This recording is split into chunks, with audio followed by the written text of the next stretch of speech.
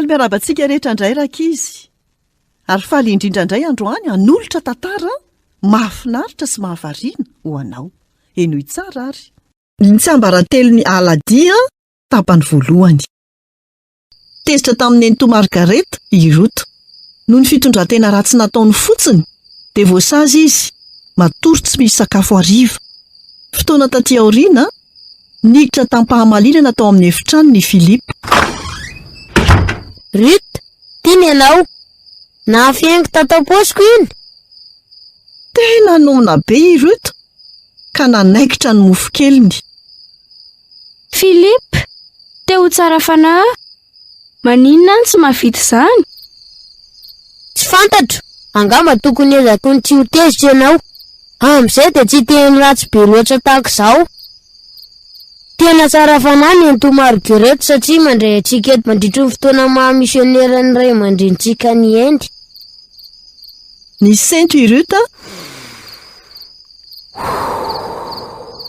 ary nataony tao ambavany ny antsasak'ilay mofo kely. Tampoka teo dia nandreny dian'ny Nenito Margareta izy ireo. Nirohitra nakany amin'ny efitrano ny Philippe.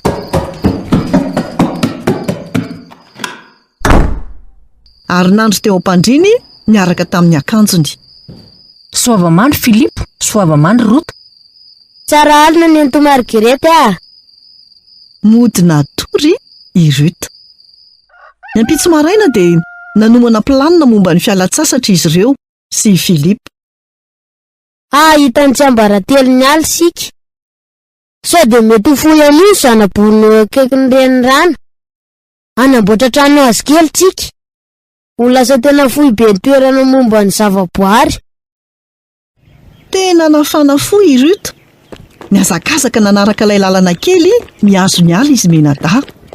Nijanona Iroto ary nijery ny andian'ondrina Andriamatoa Taner. Nisy zanak'ondry kely nanantona azy ka nilelaka ny tanany. Tsy nanana ray aman-dreny izy ary nandositra ny andian'ondry indraindray. Avy Rota, tsy manam-potoana firy sika. Nahita ny toerana tsara indrindra ho an'ny tranobongony izy ireo. Nanangona ny sampakazo Iroto ary Philippe kosa nanao wingvam, izany hoe tranobongo boribory. Tonga tao amin'ny toerana tsy ambaratelo io izy ireo isan'andro.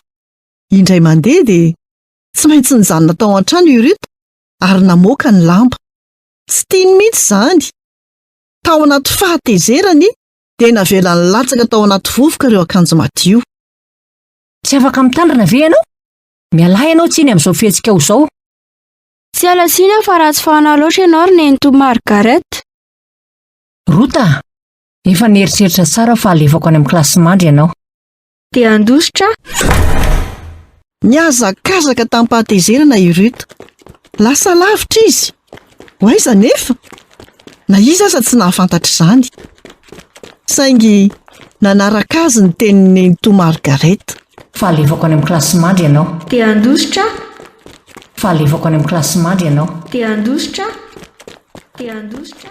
Ho hitanao amin'ny tantara manaraka izay nanjo an'io mpandositra io. Izay indray no anjara hafatra ho antsika tamin'ity anio ity. Tahiny tompo daholo. Nanolotra ny tantara Zokomy.